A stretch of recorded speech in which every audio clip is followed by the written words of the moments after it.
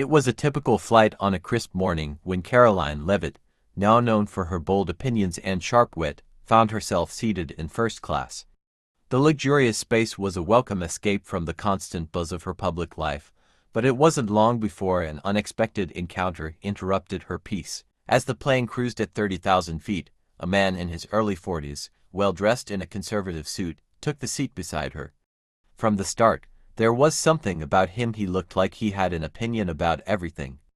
As the flight attendants served drinks, he turned to Karoline, his gaze fixed, and began. "I have to say," he started, his voice low but full of confidence, "I'm surprised to see someone like you in first class. I've always pegged you as a voice of the people, not the elites." Karoline, ever poised, didn't flinch. Instead, she raised an eyebrow, her sharp blue eyes narrowing slightly. "And what exactly is wrong with that?" she asked, her voice smooth but tinged with curiosity. He smiled smugly, leaning in. "Well, you've been vocal about some pretty liberal ideals, yet here you are, sitting comfortably, sipping champagne while people struggle to make ends meet.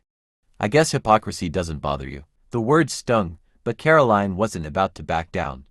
Instead, she leaned back in her seat and took a slow sip of her drink. The rest of the passengers had begun to notice the exchange, eyes subtly shifting between them. "You know," she began, her voice calm yet cutting, "I'm all for change. But if you think for one second that I'm going to stay grounded just to prove a point, you're mistaken. I work hard, I fight for those who need it most, but I'm not going to apologize for enjoying the fruits of my labor. And as for Crockett, he'd be the first to tell you, progress doesn't come from shaming success, it comes from harnessing it for good." The man was taken aback, his smug expression faltering for a moment. Karoline's response hung in the air, sharp and unyielding. The entire cabin seemed to pause, as if in a collective breath. It wasn't just her words, it was the way she carried herself. There was no hesitation, no apology, just a confident stance that left everyone, including her seatmate, speechless. And with that, the conversation ended. The man sat back, staring at her, unsure of how to respond.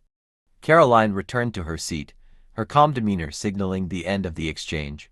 In that moment, her quiet strength had stunned not just the pilot but every passenger who witnessed it.